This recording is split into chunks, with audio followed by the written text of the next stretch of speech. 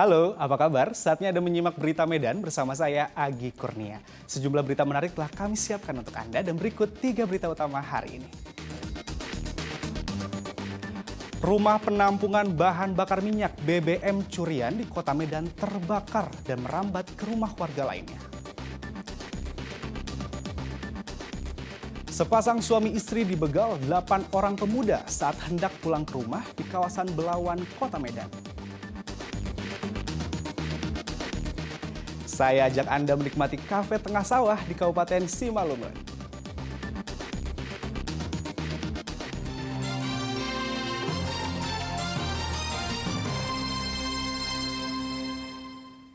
Rumah penampungan bahan bakar minyak BBM curian di Kota Medan terbakar dan merambat ke rumah warga lainnya.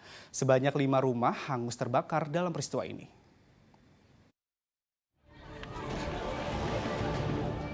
Sebanyak 5 rumah yang berada di Kampung Kurnia, Kelurahan Bahari, Kecamatan Medan Marelan, Kota Medan ludes dilalap si jago merah. Api yang cukup besar membuat warga yang tinggal di pinggir rel kereta api ini panik, mengingat kawasan ini kebanyakan rumahnya terbuat dari bahan yang mudah terbakar. Api berasal dari salah satu rumah warga bernama Maulud Siregar yang digunakan sebagai penampungan BBM curian. Warga sempat mencoba memadamkan api dengan alat seadanya. Namun lantaran banyaknya minyak dan rumah yang terbuat dari kayu membuat api semakin besar serta merembet ke 4 rumah warga lainnya. Lurah Belawan Bahari mengatakan api berasal dari salah satu rumah warga yang menampung BBM curian dari pipa Pertamina yang melintas di permukiman warga. Masih dalam penyelidikan, hanya dugaan sementara ada timbunan minyak dari pipa Pertamina yang ditemukan di lokasi dan menurut keterangan dari warga sekitar. Jadi barang rencana mau dijualkan, hanya tidak sempat terjadilah percikan api. Nah, jadi total unit yang terbakar sekitar 5 unit rumah. Nah, yang terdiri dari 3 rumah permanen dan 2 rumah permanen. Api baru bisa dipadamkan sekitar 1 jam kemudian setelah 8 unit mobil dinas kebakaran Kota Medan turun ke lokasi. Kasus kebakaran telah ditangani oleh pihak Polsek Belawan. Muhammad Hamdani melaporkan dari Kota Medan. Sepasang suami istri dibegal 8 orang pemuda saat hendak pulang ke rumah di kawasan Belawan, Kota Medan. Kaki suami dipukul menggunakan martil oleh pelaku dan sepeda motor korban dibawa kabur. Toh Rudi Nuru, 48 tahun, mengalami luka-luka di bagian mata kanan, pipi sebelah kanan hingga kaki kanannya. Korban bersama istrinya dibegal oleh sejumlah pemuda di kawasan Lorong Kesenian, Kelurahan Belawan 1, Kecamatan Medan Belawan, Kota Medan.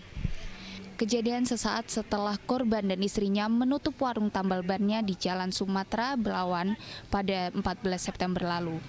Saat itu korban dan istrinya hendak pulang memeriksa keadaan anak-anaknya di rumah yang dalam beberapa hari lalu sempat kemalingan. Tiba-tiba 8 orang pemuda berusia sekitar 17 tahun mencegat dan meminta sejumlah uang. Para pelaku yang mempersenjatai diri dengan senjata tajam dan martil menyekap istri korban dengan pisau di lehernya dan meminta sepeda motor korban. Korban menyerahkan motornya lalu kabur bersama sang istri.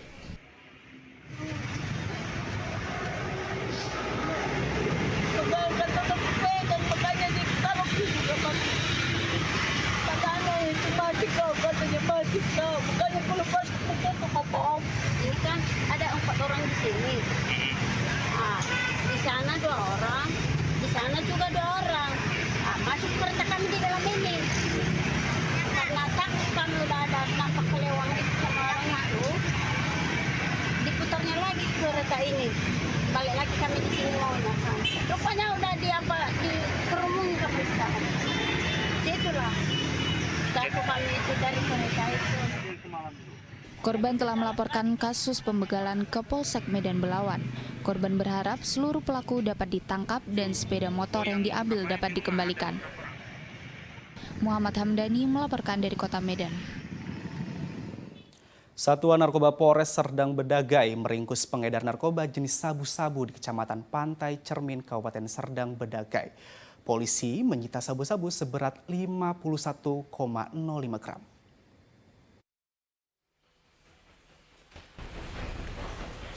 Maraknya peredaran sabu-sabu di Kecamatan Pantai Cermin, petugas Satuan Narkoba Polres Serdang Bedagai akhirnya menangkap seorang pengedar berinisial RL di Dusun 1 Desa Pantai Cermin Kiri. Barang bukti sebanyak 51,05 gram sabu-sabu ditemukan saat penangkapan. Selain itu, 1 unit telepon genggam, plastik klip, dan 1 buah dompet turut disita. Penangkapan berawal dari penyamaran petugas menjadi pembeli sabu-sabu kepada tersangka. Setelah dilakukan transaksi, petugas kemudian menangkap tersangka tanpa perlawanan. Hasil penyelidikan daripada personil kita bahwasanya sering ada seorang laki-laki yang memang mengantar narkotika jenis sabu ini, sehingga kita melakukan penyelidikan untuk menemukan nomor handphone. Saat itu berhasil kita temukan, sehingga personil kita melakukan menghubungi dengan cara berpura-pura sebagai pembeli. Ternyata si tersangka ini mengiyakan dan menentukan titik temunya. Begitu sampai dilihat bahwasanya si tersangka ini kemungkinan besar sudah membawa narkotika yang dipesankan tadi. Saat ketemu langsung kita lakukan penangkapan. Kini tersangka terancam hukuman selama 20 tahun penjara.